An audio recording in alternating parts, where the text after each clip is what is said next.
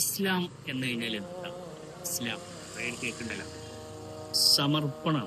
സമർപ്പണം, അനുസരണം അല്ലെ? സമർപ്പണമായാലും അനുസരണമായാലും സമാധാനമായാലും സമാധാനമാണ്.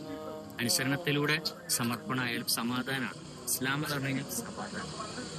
ശരിക്കും ഇസ്ലാം എന്ന് പറഞ്ഞു കഴിഞ്ഞാല് അത് ഇന്നദീൻ അല്ലാഹി ഇസ്ലാം, അള്ളാഹിന്റെ അടുത്ത് സ്വീകാര്യമായ ദർശനം, വിഷൻ, കാഴ്ചപ്പാട് എന്താണ്? ഇസ്ലാമാണ്. അതായത് സമാധാനമാണ്.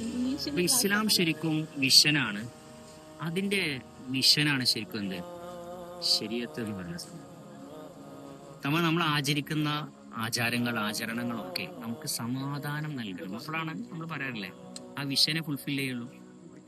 നമ്മൾ അനുഷ്ഠിക്കുന്ന എന്ത് വ്യക്തിപരമായ ആചാരങ്ങളാവട്ടെ, ഇപ്പൊ ക്ഷമ ഇസ്ലാം പെട്ടാണ്. കാരണം എന്താ? ക്ഷമയിലൂടെ എന്ത് കിട്ടും? സ്നേഹം. അതിലൂടെ എന്ത് കിട്ടും? അപ്പൊ ഇതിന്റെ ഒരു ടോട്ടൽ ആയിട്ടുള്ള ഒരു സാധനം എന്ത്? സെൽഫ് പ്യൂരിഫിക്കേഷൻ എന്നാണ്. ഇസ്ലാമിന്റെ പ്രധാനപ്പെട്ട ഒരു മിഷനാണത്. കാരണം സെൽഫ് പ്യൂരിഫിക്കേഷനിലൂടെ എന്ത് കിട്ടും? സമാധാനം കിട്ടും. അപ്പൊ ഇതാണ് വിഷനും മിഷനും തിരിച്ചറിയുമ്പോൾ നമുക്ക് ഭയങ്കര ക്ലാരിറ്റി വിഷയത്തിലുണ്ടാവില്ലേ? എന്താണ് ഇസ്ലാം എന്നുള്ളതിന് നമുക്ക് ഒരു വളരെ കൃത്യമായൊരു കാഴ്ചപ്പാട് കിട്ടും. കാരണം നമ്മൾ ആചരിക്കുന്ന എന്തിലൂടെയും നമുക്ക് എന്ത് കിട്ടണം?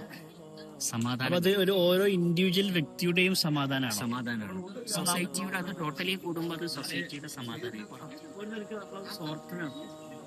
നമ്മുടെ സമാധാനത്തിന് വേണ്ടിയിട്ടുള്ള, നമ്മുടെ സമാധാനത്തിലായാലേ സമൂഹത്തിന് അതുകൊണ്ട് സമാധാനം കിട്ടുള്ളൂ. നമ്മളോരോരുത്തരും കൂടിയതാണ് ഈ സമൂഹം എന്ന് പറയുന്ന സാധനം. അപ്പൊ ഈ ഒരു സാധനമൊക്കെ നല്ല രസമായിട്ട് തോന്നി. അതായത് ഒരു വിഷൻ ഉണ്ടാവണം. ഏതൊരു സംവിധാനത്തിനും ഉണ്ടാവില്ല വിഷൻ. ഇസ്ലാം എന്ന് പറഞ്ഞ വിഷനെ നമുക്ക് എല്ലാ മിഷനിലൂടെയും എല്ലാ കർമ്മ പദ്ധതിയിലൂടെയും ശരിക്കും എന്താക്കാൻ പറ്റും? അതിനെ അനലൈസ് ചെയ്യാനും സാക്ഷീകരിക്കാൻ പറ്റും. അതിനെ ഫുൾഫിൽ ചെയ്യാൻ പറ്റും.